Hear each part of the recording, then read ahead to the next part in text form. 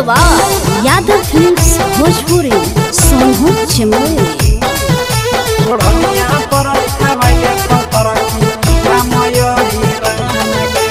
होबो है रंगदार जाने दुनिया जहान गे होबो है रंगदार जाने दुनिया जहान गे ओढ़निया पर लिखा वाले पतर की नाम यही रान गे ओढ़निया पर लिखा वाले पतर की नाम यही रान गे मुखिया विधायक से अपन राखै पहचान गे मुखिया विधायक से अपन रखै पहचान गे ओढ़निया पर लिखा वाले पतर की नाम यही रान गे ओढ़निया पर लिखा वाले पतर की नाम यही रान गे नाम यही रान गे ओढ़निया पर लिखा वाले पतर की नाम यही रान गे ओढ़निया पर लिखा वाले पतर की नाम यही रान गे अबे निकलो है जब घरावा से हो जा है रोड जाम गे अबे बड़ बड़ छौड़ी सबे ठोको है सलाम गे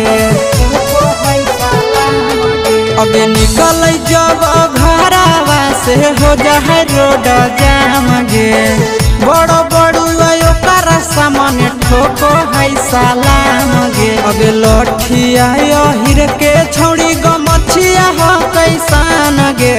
लठिया हिर के छौड़ी गमछिया हो कैसान गे ओढ़निया पर लिखा वाले पतर की नाम यही रान गे ओढ़निया पर लिखा वाले पतर की नाम यही रान गे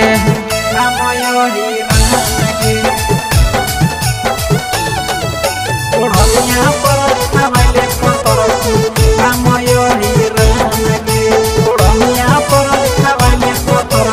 की नाम यही रान गे अगे मुछ घुमाई के तोरा उठाई के लेके जैतो भागलपुर अगे कोई नहीं तोरा पर नजर देखै तो भागल चलत दूरे दूर भागल चलत दूरे दूर अगे मुछ घुमाइतो तोरा उठाइतो लेके जैतो भागलपुर कोई नहीं तोरा पर नजर देखै तो चलत छाड़ी दूरे दूर अगे तोरा खातिर चाहे जैते विकेशवा के जान गे तोरा खातिर चाहे जैते नंदनवा के जान गे ओढ़निया पर लिखा वाले पतर की आशीष यही रान गे ओढ़निया पर लिखा वाले पतर की आशीष यही रान